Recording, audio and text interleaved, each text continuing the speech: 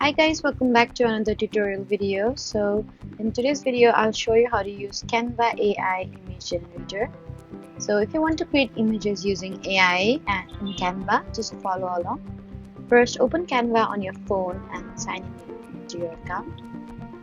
After that, create a new design or open an existing project.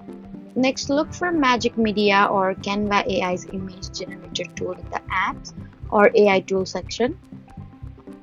Once you open it, you'll see a text box where you can describe the image you want to create.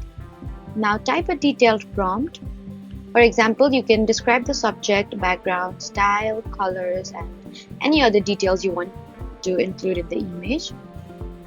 After that, choose an image style if Canva gives you style options. Then tap Generate and wait for a few moments while Canva creates the image. Once the image appears, select the one you like the best and add it to your design. You can resize it, edit it, and add text or combine it with other elements in your project. If you're not happy with the results, simply change your prompt and generate another version.